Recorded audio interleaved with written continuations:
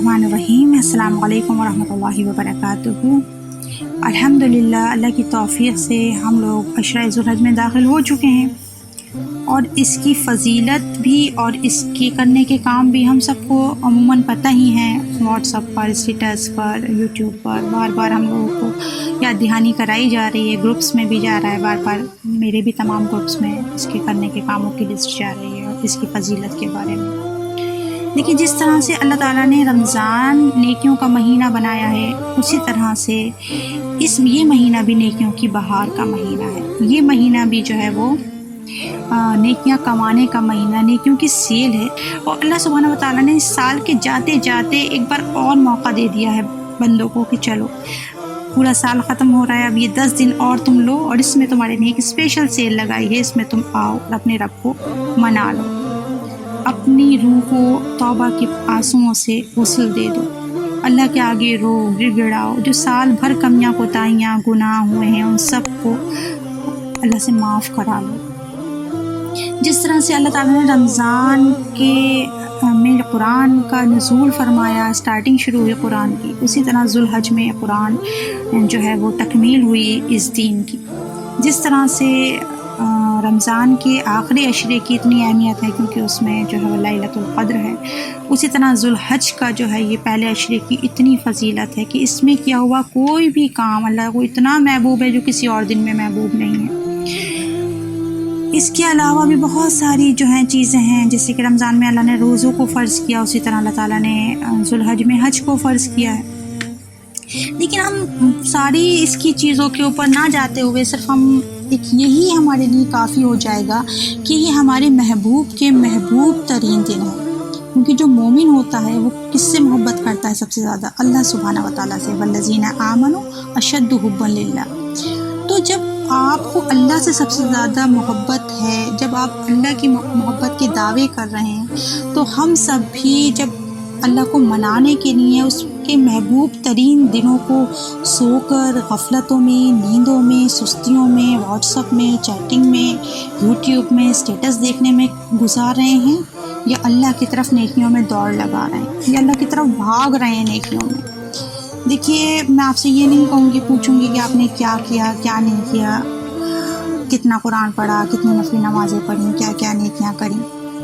बहुत सारी नेकियों की लिस्ट आपको दी गई है, जिसमें से एक बार मैं सिर्फ रिवाइज़ कर दूँ तो ज़िक्र कसरत से हमें करना है, और उसके अलावा नमाज़ें, नफली नमाज़ें बढ़ा लेना है, नमाज़ों को अच्छे से खुशी के साथ पढ़ना है, रोज़ा है 1 से लेकर 9 तक का, कुरान ज़्यादा से ज़्यादा ताल्लुक़ रखना है, खिदमत खल्क़ भी करनी है, सदक़ा व खैरात भी करनी है, दुआओं की कसरत भी करनी है, ठीक है, कुर्बानी भी खुशदिली से करनी है, और नेकी के कोई भी काम हो उसमें हमें दौड़ लगानी है, सबकत लगानी है। आपने शायद सूरह तौहा में पढ़ा हो, 83 आयत में आता है, जब मूसा अलैहिस्सलाम को तूर पे जा रहे हैं और मूसा अलैहिस्सलाम के साथ उनके कौम के 70 और भी नेक लोग हैं, उनको लेकर जा रहे हैं।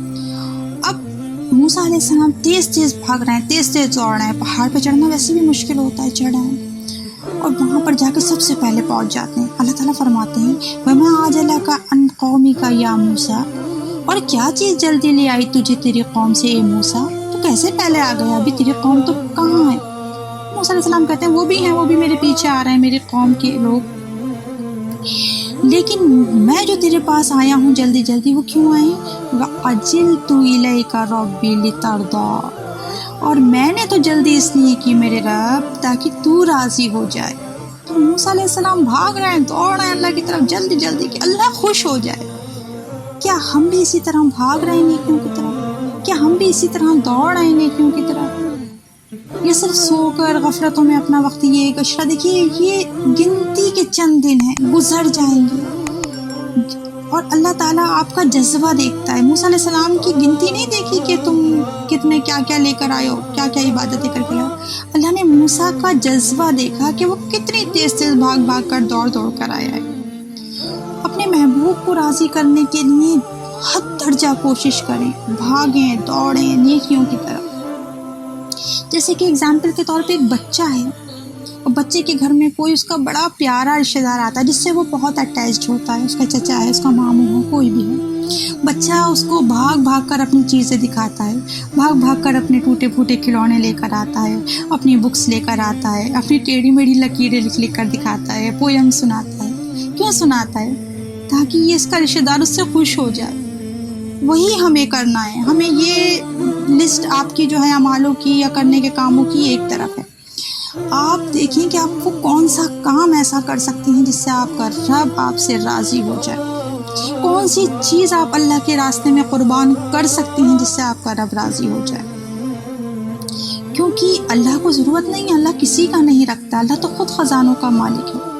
ابراہیم علیہ السلام کا بھی محبت کا ایک امتحان تھا کہ دیکھیں بیٹے کی محبت اللہ کی محبت پر غالب تو نہیں آ گئی، اور انہوں نے اس چیز کو دکھا دیا کہ نہیں اللہ میں تجھ سے محبت کرتا ہوں، میں نے اپنی بڑھاپے میں 100 سال بعد ہوئی ہوئی اولاد کو بھی تیرے آگے قربان کر دیا۔ اللہ ہم سے تو نہیں مانگ رہا ہے کہ ہم اس کو آگے اپنی اولادوں کو قربان کر دیں، تو ہم کیا کر سکتے ہیں؟ ہمارے پاس دینے کو ہے ہی کیا؟ کیا ہم اپنی تھوڑی سی نیند، تھوڑا سا وقت، کچھ صلاحیت، کوئی جذبات، احساسات، اپنی خواہشات، کیا ہم اپنے شوق، کیا ان کو بھی ہم اللہ کے راستے میں نہیں قربان کر سکتے؟ اور دیکھیے جب انسان اللہ کے راستے میں کچھ قربان کرتا ہے تو اللہ اس کو رکھ نہیں لیتا۔ اللہ تو خزانوں کا مالک ہے اور بدل کے اتنا زیادہ دیتا ہے اللہ تعالیٰ کہ انسان راضی ہو جائے۔ اب دیکھیے ابراہیم علیہ السلام کے واقعات میں بھی دیکھ لیجیے آپ کہ جب انہوں نے اللہ کے راستے میں بیٹے کو قربان کیا تو کیا ملا انہیں؟ اللہ تعالیٰ سلامتی بھیج رہے ہیں ان کے اوپر، سلام علی ابراہیم، سلامتی ہوئی ابراہیم پر۔ پھر بیٹا بھی واپس دے دیا، اجر بھی لکھ دیا، اپنا خلیل بھی بنا لیا، اور قیامت تک کے لیے اللہ نے ان کی سنت کو ہمیشہ ہمیشہ کے لیے ایک نشانی بنا دی۔ تو اللہ تعالیٰ کے آگے آپ کچھ بھی جو دے رہے ہیں اس میں یہ نہ سوچیں کہ میں کچھ قربان کروں گی، میں کچھ دوں گی تو اللہ تعالیٰ کے یہاں چلی جائے گا تو ہائے میرے کچھ کمی آ جائے گی۔ اللہ اس سے بڑھ کر آپ کو عطا کرے گا، اس سے زیادہ عطا کرے گا۔ تو کوشش کریں کہ دوڑ لگائیں نیکی کے راستوں میں، بھاگیں نیکی کے راستوں میں، کیونکہ یہ محبوب کے محبوب ترین دن ہے۔ ان دنوں میں اپنے محبوب کو راضی کرنا، اپنے محبوب کو منانا بہت آسان ہے۔